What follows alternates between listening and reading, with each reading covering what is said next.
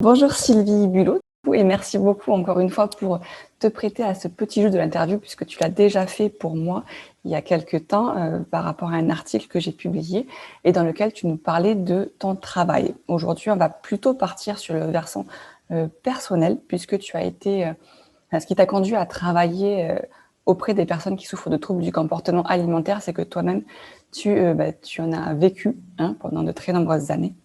Donc aujourd'hui, voilà. Aujourd'hui, tu te décris comme coach, sophrologue et accompagnante sereine et heureuse de vivre. Une description qui, selon moi, te colle parfaitement à la peau. Mais comme tu le dis si bien sur ton site, tel un phénix qui est rené de ses cendres, tu n'as pas toujours été cette personne fraîche et sereine et sûre d'elle, en fait. Donc voilà, c'est sur toute cette phase-là que je voudrais qu'on revienne un petit peu plus en profondeur pour permettre notamment aux femmes qui pourraient nous voir peut-être de se retrouver dans ce que tu vas dire et d'avancer elles-mêmes par rapport à leur propre parcours. Donc peut-être que pour commencer, ce qui pourrait être intéressant de faire, c'est que tu nous expliques un petit peu ce que c'est boulimie, trouble du comportement alimentaire, est-ce qu'il y a une différence, comment ça se caractérise? D'accord, ok. Alors, bonjour Sylvie Cortès, du coup. Bonjour à toutes, merci d'être là. Alors, boulimie, trouble du comportement alimentaire. Donc, la boulimie est un trouble du comportement alimentaire. Il y a tout un panel, finalement. Dans les troubles du comportement alimentaire, on voit arriver de nouveaux mots anglo-saxons aussi, peu importe. Je dirais que, en gros, dès lors que l'on mange avec derrière une culpabilité, on est dans quelque chose de pas normal. On est dans un trouble du comportement alimentaire. Et à l'intérieur donc, de cette culpabilité, on va retrouver des femmes qui vont être plutôt axées sur l'anorexie et qui là ne vont pas manger du tout, vont vraiment être dans la privation. Alors, je t'avoue que là, il y a aussi derrière ça quelque chose où moi, je n'accompagne pas, en tout cas pas seule. Il faut aussi un suivi médical vraiment poussé.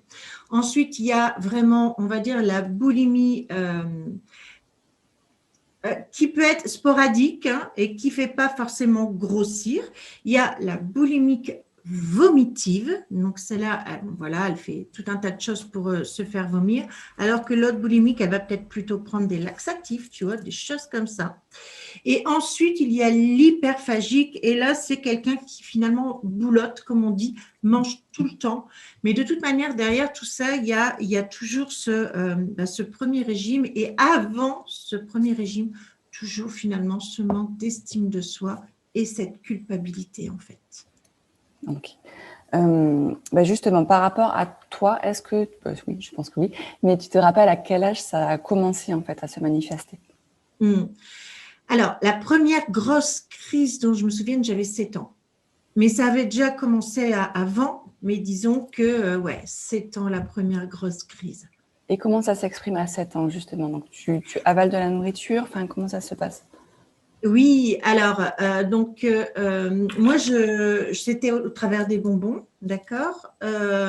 Et cet enfant, la seule solution qu'elle avait trouvée pour remplir ce vide intérieur, ça fait mal, cette douleur-là, psychique et plus ou moins physique, enfin bref, c'était effectivement de manger des bonbons. Mais c'est pas je mange un bonbon comme aujourd'hui, on pourrait se régaler quand on nous propose un bonbon.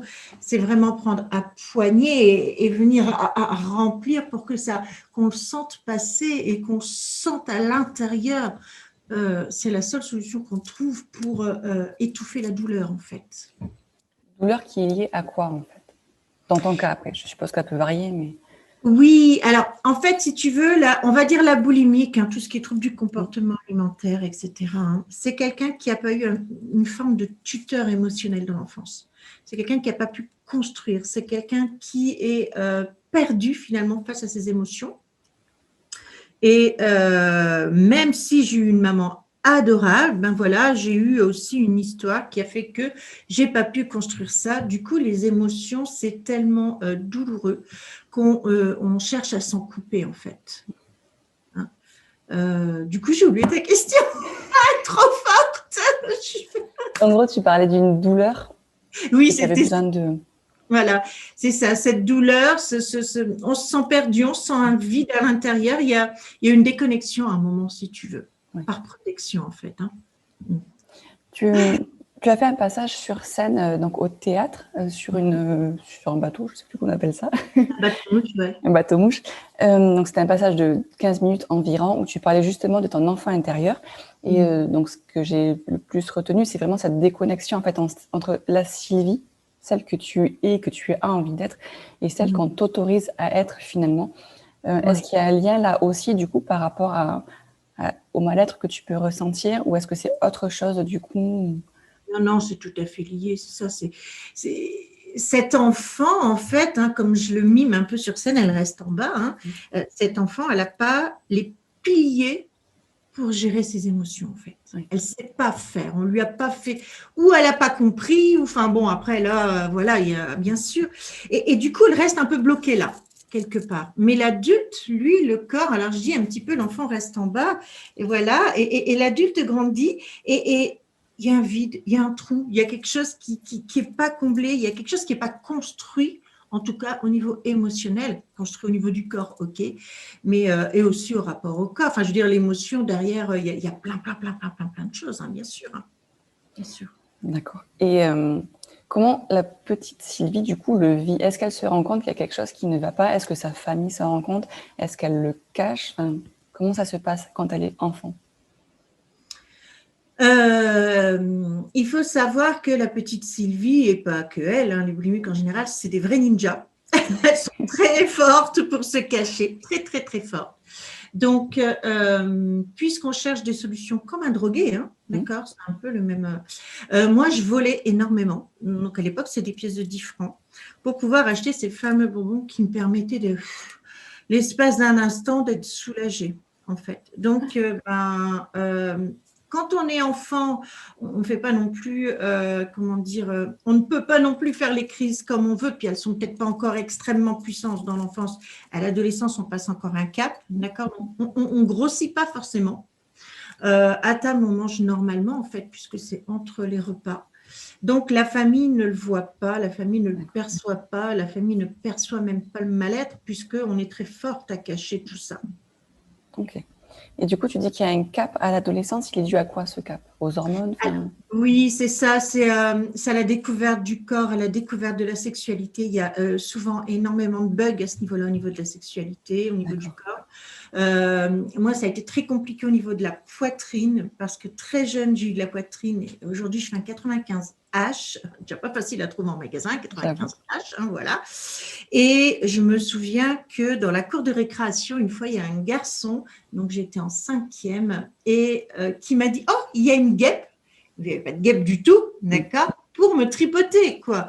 Donc, ce cap-là ne passe pas toujours bien. Et pour ma part, ça a été assez compliqué, puisque dans la famille, on me faisait toujours tout un tas de réflexions. Mes tantes qui me disaient « Ah, tu as plus de poitrine que nous, nanana ». Et ça faisait vraiment fixation, quoi, sur le truc, quoi. Ouais. D'accord. Sur quelque chose que, du coup, tu avais du mal à accepter, finalement.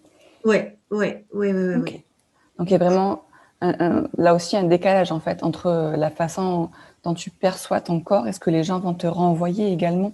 Oui. Qui peut créer Donc c'est intéressant parce qu'on se rend compte qu'effectivement le mal-être il est sur plusieurs plans, plusieurs niveaux finalement. C'est ça. S'il n'y avait qu'un seul niveau, ça serait simple. Oui. Tu dis également que du coup, souvent, ça commence bien avant, mais ça découle également du premier régime. Oui. Alors, qu'est-ce qui se passe à ce moment-là en fait? Alors, ce qui se passe souvent, je dis bien souvent parce qu'il y a des femmes qui vont faire leur premier régime après une grossesse. Mais on va prendre l'exemple quand c'est enfant-ado. Ouais. Cet ado, cet enfant, qu'est-ce qu'il entend? Il entend les adultes lui dire « t'es trop gros ». Il n'est pas forcément trop gros. Parfois, j'ai une dame hier en coaching, elle me dit « c'était juste au-dessus de la limite, quoi. Si la limite c'était 50, elle était à 51 ». Du coup, c'était trop. Et comme on lui retourne ça et qu'il est en construction aussi psychique, hein, il n'a pas l'estime. Voilà, il n'y a pas l'estime. Du coup, comme il n'a pas cette estime et cette force pour dire « oh, ça va, quoi, je ne suis pas trop gros », chose que, bon, logiquement, on devrait pouvoir faire. Bon, à partir du moment où on met le corps en restriction et en privation, ça ne peut pas marcher. Donc, il n'a pas l'estime, mais son corps en privation, quel que soit l'âge, et puis il finit par craquer et l'estime rebaisse avec la culpabilité. Et là, on rentre dans un engrenage. Donc, c'est pour ça souvent qu'on dit que c'est le premier régime qui nous met dedans, en fait. D'accord. Il y a vraiment un sentiment de culpabilité qui est très fort associé à la boulimie. Oui. Culpabilité, honte peut-être également, dont tu m'avais déjà parlé. Oui. Honte. Comment tu le vis du coup? Parce que bon, au début, ça se voit pas trop, t'es enfant, du coup, ça s'exprime pas trop. Tu arrives à l'adolescence, tu as vraiment cette confrontation par rapport à ton corps, mais tu continues à faire ton parcours. J'imagine que tu vas avoir des petits amis, un mari, un compagnon, tes enfants. Comment ça se passe à ce moment-là, en fait? Est-ce que tu continues à faire le ninja et à leur dissimuler, en fait? Est-ce que tu y arrives? Même par rapport à ton travail? Alors moi, j'ai été fine, hein, je t'ai déjà dit, j'ai acheté une supérette, hein, Oui. parce que faut savoir que quand même, il y a une psy une fois qui m'a dit que j'étais un cas grave, donc je me dis c'est bon si je m'en suis sortie. OK. Oui, bah oui, on continue à être ninja. Alors après, les autres, ils voient bien qu'on grossisse, mais à table, ils nous voient manger normalement. Donc, limite, ils comprennent pas, quoi. Puis on ment, quoi. Enfin, je veux dire, on n'accepte pas. On a tellement cette honte, cette culpabilité que, ouais, pendant longtemps, j'ai jusqu'à mes 30, ou un peu avant mes 30 ans, quoi. J'ai caché. D'accord. Et est-ce que ça ne se ressent pas? Est-ce que ça n'a pas des répercussions quand même par rapport à tes relations? Vu que tu leur mens, que tu te sens coupable, que tu as honte dans ta façon d'être toi-même, est-ce que malgré tout, tu arrives à être en relation de façon harmonieuse et sereine avec tes proches, en fait? Non, jamais. Enfin, jamais. Par rapport à lui, mais on est dans le mensonge à soi, on est dans le mensonge à l'autre, et on ne peut pas créer quelque chose de sain dans la relation. D'accord. On fait un peu des choix par défaut et ça ne peut pas marcher, en fait, Ouais. tant qu'on n'est pas connecté à soi. Et tu te dis que c'est lié à quoi, toi, à ce moment-là? Alors, avant que tu aies tes déclics et que tu commences vraiment à te faire accompagner, pour toi, le fait que tu manges toute sa nourriture et tout, comment tu te perçois, enfin, comment tu l'interprètes, en fait? C'est intéressant, ça, comme question. Je te remercie parce que moi, je me disais que j'étais folle. Et l'ancienne psychologie, on va dire, nous disait que voilà, on avait un peu ce rapport héréditaire, nanana, etc., etc. Et quand j'ai découvert la psychologie positive, j'ai compris certaines choses. Quand j'étais enfant, on me disait toujours que je ressemblais à une de mes tantes. On me dit toujours, tu es toujours comme Tata, voilà, je ne vais pas la nommer. Et moi, je le vivais très mal. Et en fait, on me disait ça en me disant, oui, tu as cette créativité comme elle, tu es brune comme elle, etc. Et moi, j'entendais, mais en fait, cette tante, tout le monde dit qu'elle est folle dans la famille. Et moi, je me disais, mais en fait, je suis folle. Parce qu'en plus, je n'étais déjà pas bien avec moi-même. Et en psychologie positive, après, j'ai découvert qu'on pouvait faire la généalogie positive des choses. Et j'ai compris après, avec le temps, que finalement, ce que j'ai récupéré de cette personne, c'est pas le côté fou, parce que je suis Sylvie, quoi. Mais c'est le côté créatif, peut-être les cheveux. D'accord. On fait des associations qui sont parfois négatives, en fait. Ouais. C'est ce que je voulais dire. Et ça, pour les proches, par exemple, comment on peut faire en sorte de... Parce qu'il y a des choses parfois qu'on dit, on ne se rend pas forcément compte de la portée qu'elles peuvent avoir. Par exemple, si on est parent d'un enfant qui souffre de boulimie ou d'un trouble du comportement alimentaire, qu'est-ce qu'on peut mettre en place pour essayer de lui venir en aide à cet enfant, par exemple? C'est très difficile d'accompagner un boulimique parce qu'on ne comprend pas. Celui qui n'y est pas, il a vraiment tellement de mal à comprendre pourquoi on peut finalement se détruire avec l'alimentation. Ouais. Déjà, d'une, il faut de la patience. En tant que parent, il faut savoir qu'on ne peut pas aider notre enfant. Il faut un accompagnement extérieur absolument. Et je pense que la meilleure des choses, c'est encore de se taire plutôt que d'essayer de faire quelque chose de maladroit et de soi-même, en tant qu'adulte, aller voir quelqu'un pour essayer de comprendre les mécanismes de son enfant, mais de ne pas essayer de faire ça soi-même. Je pense que ce n'est pas possible. Ouais. Ok. Par rapport à toi, donc tu m'avais parlé la première fois que je t'avais interviewé d'un passage chez le dentiste, il me semble, où tu avais lu un magazine qui avait fait un déclic pour toi. Par rapport à quoi il y a eu ce déclic? À l'époque, on ne parlait pas de boulimie, tout ça, début des années 90, Internet comme aujourd'hui. C'était un livre, justement, je ne sais plus, petit entrefilé là, dans un magazine féminin. J'attendais chez le dentiste et qui expliquait que, ben oui, il y avait des femmes qui se faisaient vomir et que ben, ce n'était pas de leur faute et qu'il y avait des solutions pour s'en sortir. Et j'ai dit, ouais, chouette, je ne suis pas toute seule déjà. Et puis, ouais, chouette, je vais m'en sortir, quoi. D'accord. Et puis là, du coup, tu te dis que tu n'es pas folle parce qu'en fait, tu n'es pas seule. T'es pas seule. Voilà, déjà, voilà. Ouais. Du coup, à partir de là, qu'est-ce que tu mets en place comme solution pour essayer de t'en sortir, toi? Donc, je suis allée voir une thérapeute sur Paris. Donc, je suis allée longtemps sur Paris. Donc, moi, je suis des Hauts-de-France. Donc, je faisais des week-ends complets, des allers-retours, etc. Donc, c'était de la gestalt-thérapie à l'époque. Ça a aidé, mais ce n'est pas suffisant. Après, j'ai vu des psychiatres, des psychologues. Alors les psychiatres, j'allais une fois, je pleurais 3/4 d'heure, je parlais de ma tante et puis j'y retournais pas. Et puis un jour, j'ai commencé à lire. J'ai commencé à lire. Alors lire, c'est bien, mais c'est pas passer à l'action. Et attends, je réfléchis. Et ensuite, j'ai découvert les neurosciences. J'ai toujours été passionnée par le cerveau. De toute manière, le fonctionnement du cerveau, c'est quelque chose qui m'a toujours intéressée. Et un jour, j'ai découvert des avancées sur les neurosciences. Et là, je suis allée creuser un petit peu plus loin, en fait. Et j'ai compris qu'il y avait vraiment du neurocomportemental à travailler, en fait. Parce qu'il y a un lien entre le cerveau et la boulimie, du coup? Oui, et entre le cerveau, les schémas de pensée qu'on peut avoir, en fait. Parce qu'on a tous des schémas de pensée et c'est de venir les identifier pour pouvoir un peu décliquer tout ça, quoi. Qu'est-ce que j'associe à telle ou telle charge? En fait, la boulimique, elle a beaucoup de distorsions cognitives. C'est-à-dire que les pensées peuvent être bonnes, mais la base de l'idée, elle est fausse. Donc, partant de là, ça ne peut pas marcher, quoi. Donc, il faut déjà aller en amont voir ce qui se passe pour pouvoir après décliquer tout ça, en fait. D'accord. Donc, toi, dans ton cas, en fait, ce qui t'a permis d'aller mieux, c'est un cumul entre les accompagnements et le développement de tes connaissances sur ce sujet-là, en fait. Ouais. Et du coup, parce que j'imagine que tout le monde n'a pas forcément cet intérêt que toi, tu avais déjà à la base pour le cerveau, qu'est-ce que tu conseillerais, toi, aujourd'hui, à une personne qui comprend qu'elle est boulimique et qui a envie d'aller mieux ou qui a un trouble du comportement alimentaire? La première étape que tu lui conseillerais de suivre à cette personne, ce serait quoi? Alors, la première étape, déjà, c'est de surtout plus faire de régime.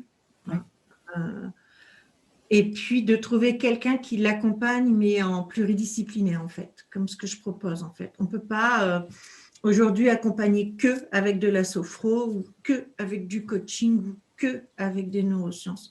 C'est vraiment, dans ma boîte à outils, tous les ans, je m'offre une nouvelle formation depuis 10 ans, en fait. Et c'est vraiment d'arriver avec un panel d'outils pour pouvoir se faire accompagner.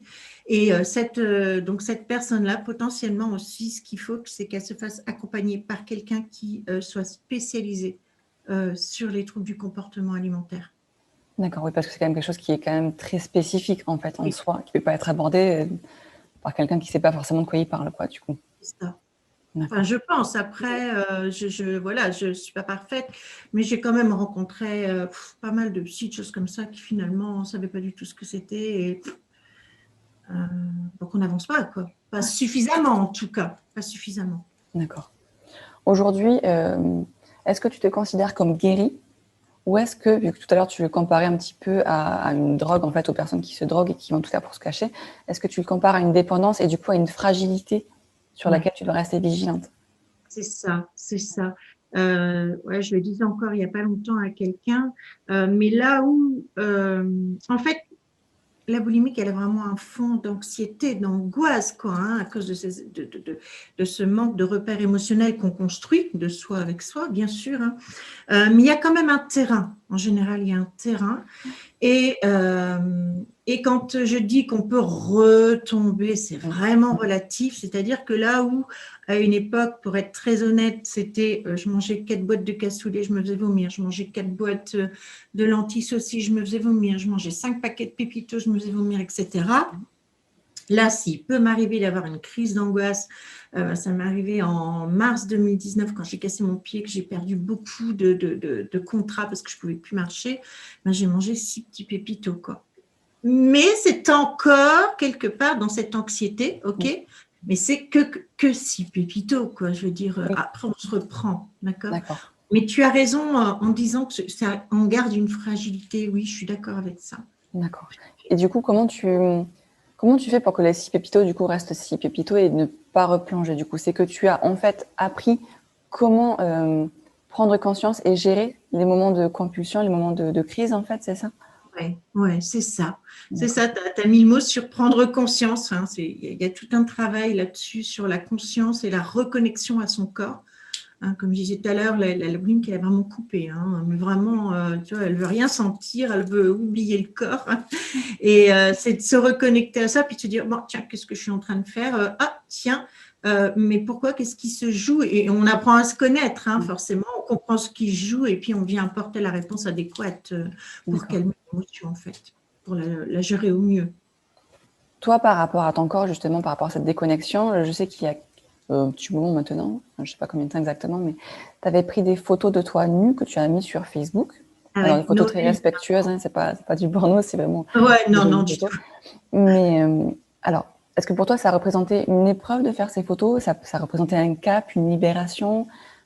Quel est aujourd'hui le rapport avec ton corps, en fait? Alors, c'était à Noël, en Noël 2019. Oui, 2019, j'ai ressenti ce besoin de témoigner qu'on pouvait avoir du bourrelet, hein, un petit bidou, des cuisses, des varices, parce que j'ai des varices, mais qu'on pouvait aimer son corps parce que pour tout ce qu'il nous apporte, quoi, c'est OK. Maintenant, souvent, je dis aux femmes, vous savez, je ne connais pas de femme qui me dit j'aime mon corps à 100%. Enfin, c'est rare. Il y a toujours des choses avec lesquelles on est un petit peu moins raccord. Bon, mais d'apprendre à remercier son corps, je pense que c'est vraiment essentiel. Et souvent, le mot que je me dis, c'est j'honore mon corps. J'honore mon corps en mangeant sainement, en ayant appris tout ce que je ne savais pas sur la faim, en ayant reconnecté à mes ressentis, en n'ayant pas peur d'avoir faim. J'avais peur d'avoir faim avant. Il y a des mémoires ancestrales aussi hein, là-dedans, je veux dire, qui nous ont été transmises par nos parents, par les petites phrases, d'accepter qu'on puisse avoir faim, que ça ne va pas nous tuer et d'honorer notre corps, quoi. Ouais. Ok. Est-ce que tu aurais un conseil, un petit mot de la fin, du coup, à apporter aux personnes qui nous regarderaient et qui seraient, elles, encore dans ce mal-être, finalement? Oser passer à l'action, oser aller voir quelqu'un, oser aller chercher quelqu'un avec qui on se sent bien. On peut très bien aller voir quelqu'un et puis, bon, ben, c'est pas aller voir quelqu'un pour aller voir quelqu'un parce qu'il doit vraiment y avoir un échange. Il doit vraiment y avoir une compréhension et c'est d'oser déjà ce premier petit pas. Parce que souvent, je vois des personnes qui disent « Ah oui, j'ai lu ci, j'ai lu ça. » Bah oui, c'est bien. Et alors, il ne s'est rien passé, quoi. Donc, osez faire ce premier pas pour vous et puis aussi pour tous ceux qui vous entourent. Ben, merci beaucoup, Sylvie, pour ce partage qui est très intime, hein, qui va un petit peu dans l'intimité de ce que tu as vécu, en fait. Peut-être juste que sous la vidéo, je mettrai les liens de ton blog, donc je suis positive.com. Si jamais il y a des personnes qui veulent rentrer en contact avec toi, je mettrai également ta page Facebook et ta page Instagram parce que le but de cette vidéo, surtout, c'est quand même de permettre aux gens d'avoir ce premier abord, éventuellement un petit peu comme le magazine que tu as pu voir chez le dentiste qui t'a permis de prendre conscience de certaines choses. Et bien sûr, si elles veulent aller plus loin et avancer par rapport à tout ça et avoir une chance de se sentir mieux, faire appel à toi ou à quelqu'un d'autre. Hein, mais voilà, en tout cas, je mettrai tes contacts parce que tu m'as accompagnée, pas par rapport à ça, mais j'étais coachée par toi, il faut le savoir, pendant pendant un autre programme. Du coup, c'est le programme de Mylène Muller. Mais effectivement, c'est Cécilie qui m'a accompagnée et tu m'as fait un bien fou, effectivement, par ton peps et ta dynamique et ton côté positif qui te définit tellement bien. Donc, merci pour tout. N'hésitez pas à la contacter et à bientôt.